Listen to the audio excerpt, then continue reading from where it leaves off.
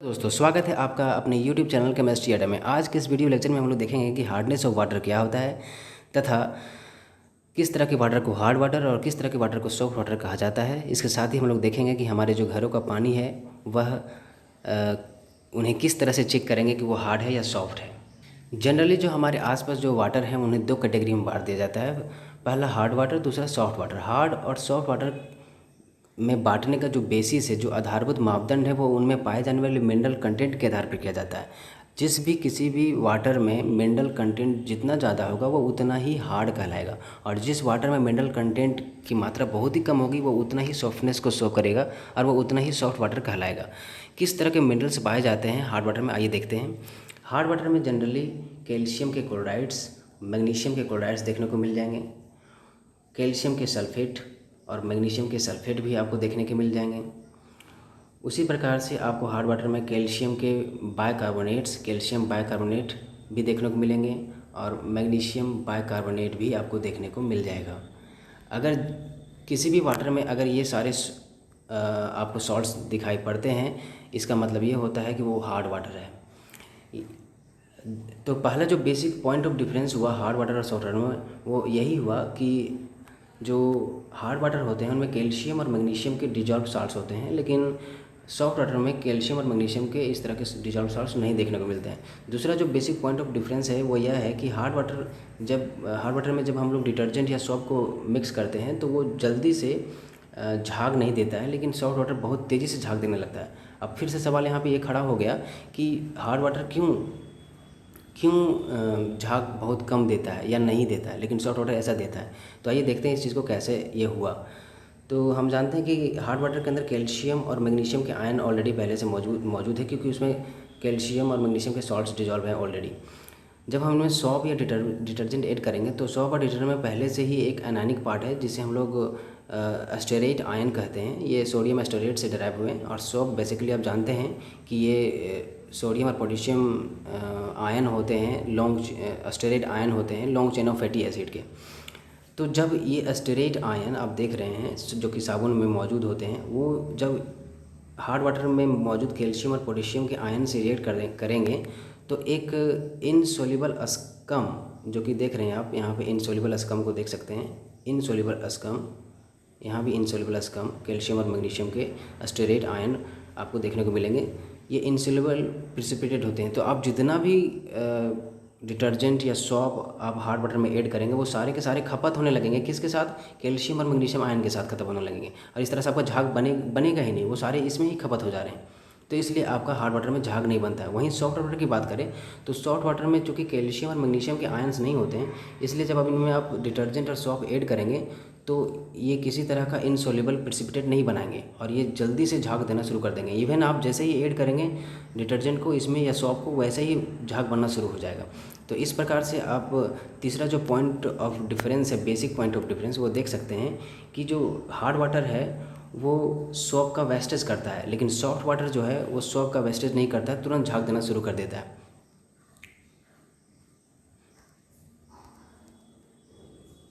चौथा जो basic point of difference है उसको हम लोग किस तरीके से समझ सकते हैं। हम लोग सभी जानते हैं कि जो वाटर है उसका फार्मूला H2O होता है, और यह हाइड्रोजन और ऑक्सीजन के कंबाइन करने से बनता है।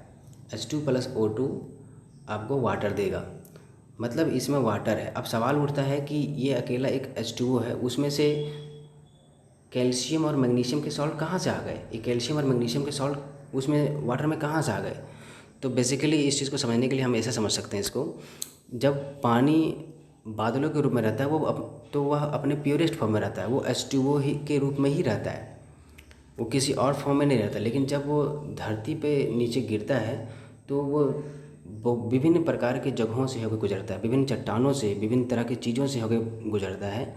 तो जब पानी वैसे चट्टानों से होकर गुजरता है जिसके ऊपर पहले से ही कैल्शियम और मैग्नीशियम के क्लोराइड्स या सल्फेट्स के डिपॉजिट पाए जाते हैं, तो वहाँ पे जो मौजूद कैल्शियम और मैग्नीशियम के जो सल्फेट्स और क्लोराइड्स हैं वो फिर वापस पत्थर से फिर पानी में ट्रांसफ़र हो जाते हैं। इस वजह से वो फिर हार्डनेस शो करने लग जाते हैं वैसे वाटर।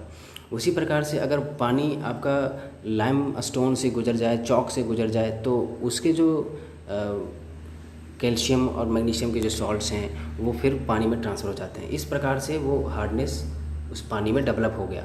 सॉफ्ट वाटर में क्या होता है कि अगर आप उसको सॉफ्ट करना चाहते हैं तो विभिन्न तरीके से आप हार्ड वाटर को सॉफ्ट वाटर में कन्वर्ट कर सकते हैं। तो जो ये चौथा बेसिक पॉइंट ऑफ डिफरेंस हुआ। नेक्स्ट जो पॉइंट ऑफ डिफरेंस वो है कि आप हार्ड वाटर को आप देख सकते हैं समुद्र में, आपको हार्ड वाटर देखने को मिल जाएगा। जो समुद्र का पानी है वो हार्ड वाटर है, रिवर का जो वाटर है वो भी है, कुएं का पानी भी, टैप वाटर है, वो भी एक हार्ड वाटर की कैटेगरी में आता है। लेकिन जो सॉफ्ट वाटर की कैटेगरी में आते हैं वो हैं डिस्टिल वाटर और रेन वाटर।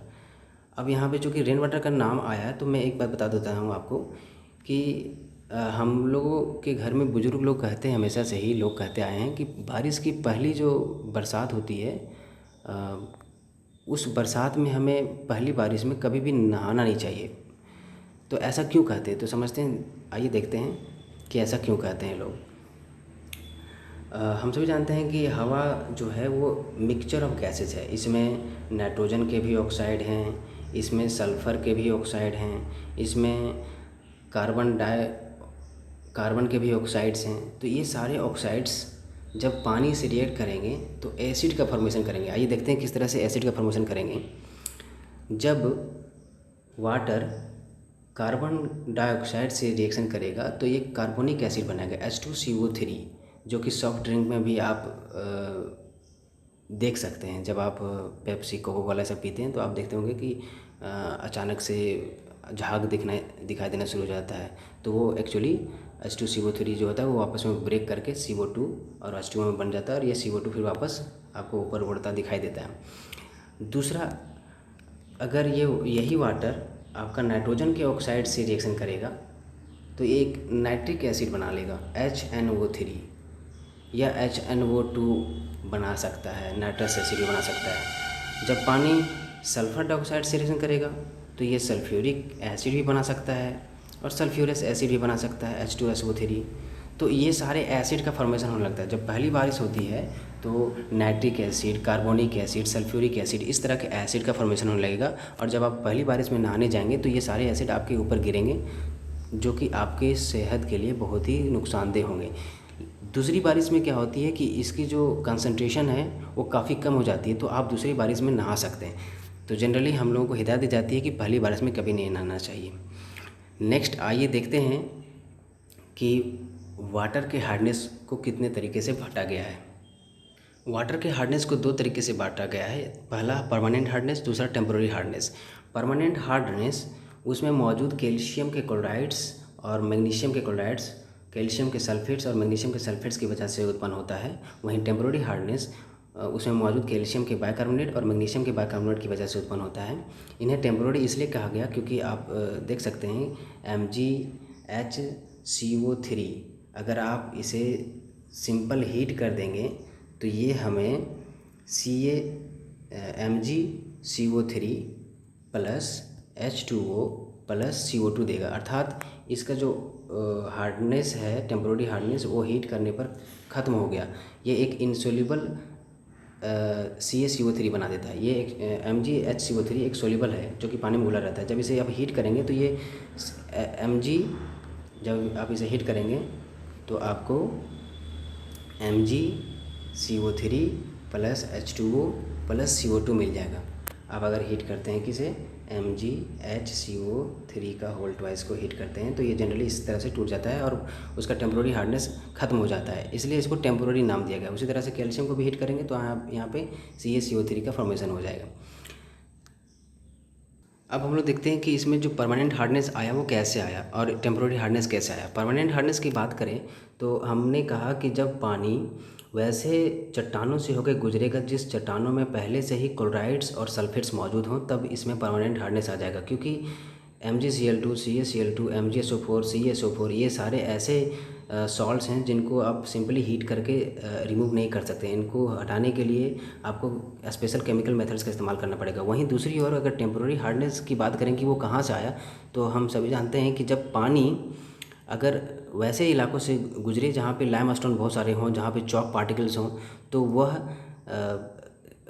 रिएक्ट करके आपस में CaHCO3 का फॉर्मेशन कर देगा। लाइमस्टोन का फार्मूला होता है CaCO3। तो जब ये वाटर से रिएक्ट करेगा, साथ में कार्बन डाइऑक्साइड से रिएक्शन करेगा, तो ये CaHCO3 का होल ट्वाइस बना लेगा, और इसकी वजह से ही हमारा टेम्प्रोरी हार्डनेस देखने को मिलता है। अब मैं एक बात और बता देता हूँ, कभी कभी आप समुद्र में देखते होंगे कि छोटे छोटे पेबल्स दिखाई दे रहे हैं। अब सवाल ये उठता है कि वो पेबल तो कोई उस समुद्र में डालने तो नहीं गया, वो फिर पेबल्स कहाँ से आए। तो आइए इस चीज़ को समझते हैं। हम सभी जानते हैं कि समुद्र के पानी में पहले से ही कैल्शियम, मैग्नीशियम के सॉल्ट्स मौजूद हैं, और साथ ही हम जानते हैं कि उसमें बहुत तरह तरह के ऑर्गेनिजम्स भी हैं, पेड़ पौधे भी हैं, कुछ एनिमल्स भी हैं, वो CO2 रिलीज़ करते हैं। साथ ही उसमें पानी ऑलरेडी पहले से मौजूद है। ये तीनों चीज़ें आपस में मिलकर CaCO3 बनाती हैं। ये एक्चुअली पेबल्स का फार्मूला है। यही पेबल्स होते हैं, छोटे छोटे जो पत्थर आप समुद्र के अंदर देखते हैं, वो यही इन्हीं कारणों से बनते हैं। आइए नेक्स्ट हम लोग देखते हैं कि जो पोर्टेबल वाटर है, जिसे हम लोग पीने योग्य पानी भी कहते हैं, उसका pH और हार्डनेस कितना होना चाहिए। तो पोर्टेबल वाटर जो हमारे घरों में है, उनका pH लगभग 6.5 से 8.5 के बीच होना चाहिए। इससे न ज़्यादा ना इससे कम, इससे वरना ये वाटर हमारे लिए अनसूटेबल होगा, अनफिट होगा।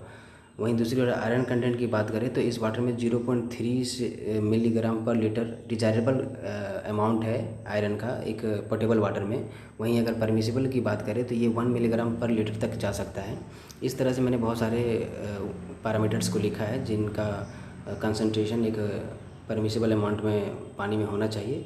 और दूसरी हार्डनेस की बात करें तो 100 से लेकर के 300 मिलीग्राम पर लीटर की जो हार्डनेस है वो सूटेबल मानी जाती है, हमारे लिए बेस्ट मानी जाती है, पीने योग्य मानी जाती है। वहीं अगर 400 से ऊपर 600 के बीच में अगर हार्डनेस रहती है तो वो उसका टेस्ट वाटर का बहुत ही अजीब जैसा लगेगा और आप पी नहीं पाएंगे।